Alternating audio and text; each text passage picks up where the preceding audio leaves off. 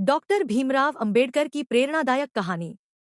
भारत की पवित्र धरती पर अनेक महान व्यक्तियों ने जन्म लिया, जिन्होंने अपने संघर्ष और मेहनत से इतिहास रच दिया। उन्हीं में से एक थे डॉक्टर भीमराव अंबेडकर, जिन्हें हम प्यार से बाबा साहेब कहते हैं। उनका जीवन हमें यह सिखाता है कि कठिन से कठिन परिस्थितियों में भी अगर इंसान हार न माने तो वह महान बन सकता है। जन्म और बचपन की कठिनाइयाँ। 14 अप्रैल 1891 को मध्य प्रदेश के एक छोटे से गांव महू में एक बालक का जन्म हुआ। इस बालक का नाम था भीमराव। उनका जन्म एक गरीब और दलित परिवार में हुआ था। उस समय समाज में जात पात का भेदभाव बहुत अधिक था। छोटे भीमराव को बचपन से ही भेदभाव का सामना करना पड़ा। स्कूल में उन्हें अन्य बच्चों से अलग बैठाया जाता था। उन्हें पानी तक खुद से नहीं लेने दिया जाता था। एक दिन की बात है जब भीमराव बहुत प्यासे थे, लेकिन कोई उन्हें पानी देने को तैयार नहीं था। तब उन्होंने मन ही मन ठान लिया कि वे एक दिन इस अन्याय को खत्म करेंगे। शिक्षा के प्रति जुनून। भीमराव को पढ़ाई से बहुत प्रेम था। कठिन परिस्थितियों के बावजूद उन्होंने अपनी पढ़ाई जारी रखी। उनके पिता चाहते थे कि उनका बेटा पढ़ लिख कर कुछ बड़ा बने। भीमराव ने अपनी मेहनत और लगन से उच्च शिक्षा प्राप्त की। वे आगे पढ़ने के लिए अमेरिका गए और कोलंबिया विश्वविद्यालय से पढ़ाई की। इसके बाद उन्होंने लंदन स्कूल ऑफ इकोनॉमिक्स से भी शिक्षा प्राप्त की। उनकी शिक्षा ने उन्हें समाज को समझने और सुधारने की शक्ति दी। संघर्ष और सामाजिक बदलाव। भारत लौटने के बाद भी उनके सामने कई कठिनाइयां थीं।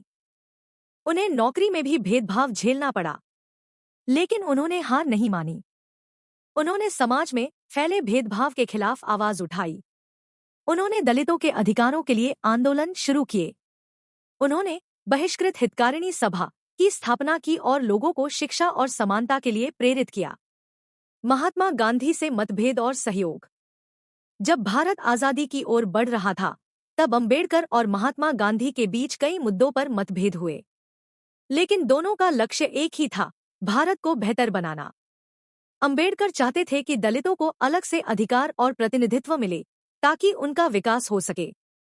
अंततः दोनों के बीच समझौता हुआ, जिसे पूना पैक्ट कहा जाता है। संविधान निर्माण में भूमिका। जब भारत स्वतंत्र हुआ, तब देश को एक मजबूत संविधान की आवश्यकता थी। इस जिम्मेदारी को निभाने के लिए अंबेडकर को चुना गया। उन्होंने भारत के संविधान का निर्माण किया, जो हर नागरिक को समान अधिकार देता है। इसी कारण उन्हें भारतीय संविधान के निर्माता कहा जाता है। उन्होंने संविधान में यह सुनिश्चित किया कि किसी के साथ भी जाति, धर्म या लिंग के आधार पर भेदभाव न हो। महिलाओं और समाज के लिए योगदान। अंबेडकर ने केवल दलितों के लिए ही नहीं, बल्कि महिलाओं के अधिकारों के लिए भी काम किया। उन्होंने महिलाओं को समान अधिकार दिलाने की दिशा में कई प्रयास किए। उन्होंने शिक्षा को सबसे बड़ा हथियार माना और लोगों से कहा, शिक्षित बनो, संगठित रहो और संघर्ष करो। बौद्ध धर्म की ओर रुख। अपने जीवन के अंतिम वर्षों में अंबेडकर ने हिंदू धर्म में व्याप्त भेदभाव से दुखी होकर बौद्ध धर्म अपनाया। उन्होंने लाखों लोगों के साथ बौद्ध धर्म ग्रहण किया। उनका मानना था कि बौद्ध धर्म समानता और शांति का मार्ग दिखाता है। अंतिम समय और विरासत। 6 दिसंबर 1956 को अंबेडकर का निधन हो गया, लेकिन उनके विचार आज भी जीवित हैं। उनका जीवन हमें यह सिखाता है कि संघर्ष से डरना नहीं चाहिए। उन्होंने अपने अधिकारों के लिए लड़ाई लड़ी और समाज को एक नई दिशा दी। सीख जो हमें मिलती है। डॉक्टर अंबेडकर की कहानी हमें कई महत्वपूर्ण बातें सिखाती है। शिक्षा सबसे बड़ा हथियार है। अन्याय के खिलाफ आवाज उठानी चाहिए। कभी हार नहीं माननी चाहिए। सभी को समान समझना चाहिए। निष्कर्ष। डॉक्टर भीमराव अंबेडकर का जीवन एक प्रेरणा है। उन्होंने अपने कठिन जीवन को सफलता की कहानी में बदल दिया। आज भी जब हम समानता और अधिकारों की बात करते हैं, तो उनका नाम सबसे पहले आता है। उनकी कहानी हमें यह सिखाती है कि अगर इंसान में हिम्मत और लगन हो, तो वह दुनिया बदल सकता है।